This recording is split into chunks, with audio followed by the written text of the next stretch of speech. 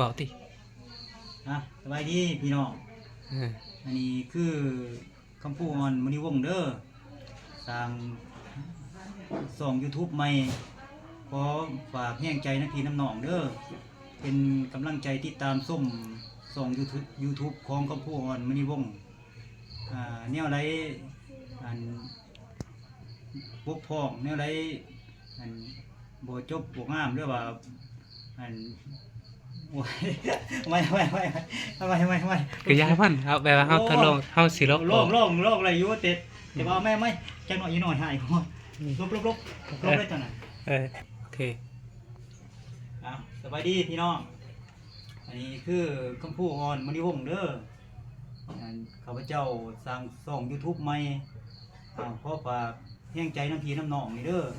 ติดตามกดไลค์กดแชร์เรียกว่ากดติดตามขอฝากคลิปแต่ละคลิปของคำพูดอ่อนมณีวงโพสต์ลงไปในช่องขอให้พี่น้องเป็นแห้งใจให้แน่หัวหน้ามาดิอันนี้คือวิชาการอันนี้คือวิชาการเพิ่นมาอย่างบริษัทการทำงานคือกันจะได้กับฝากความหวังต่างๆนะนำส่ง YouTube คำพูดอ่อนมณีวงให้พี่ให้น้องกดไลค์กดแชร์ถ้าผู้ใดกดไลค์กดแชร์ส่งคำพูดอ่อนมณีวงหรือว่าคลิปต่างๆที่คำพูดอ่อนมณีวงโพสต์ลงไปนะขอให้โชคให้มานเด้อให้อยู่ดีไม่แห้งประสบผลสำเร็จถึงบอกว่าปัจจุบันถึงอนาคตต่างๆก็ให้ประสบผลสำเร็จต่อหน้าที่เรื่องงานทุกสิ่งทุกส่วนขอใจอะไรไม่ได้2 นาทีตีอันนี้บ่ได้ไม่เอาอีกไม่โอ้เพิ่นนี่ก็บอกเพิ่นห้อยจะพาตี้แล้วโอ้ยบ่ทันได้นับสบายดีพี่น้องนี่คือคำพูดอ่อนมณีวงเด้อข้าพเจ้าได้สร้างช่อง YouTube ใหม่ขอฝากแห้งใจน้ำพี่น้ำน้องเป็นผู้ติดตามช่อง YouTube ของคำพูดอ่อนมณีวง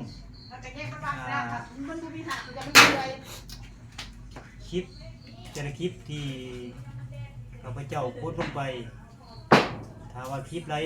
ถือใกล้ FC ต่างๆนะขอให้คอมเมนต์มาบอกแน่เรียกว่าคลิปไรบกพร่องก็ขอให้คอมเมนต์มาบอกคือกันเด้อพี่น้องเด้อ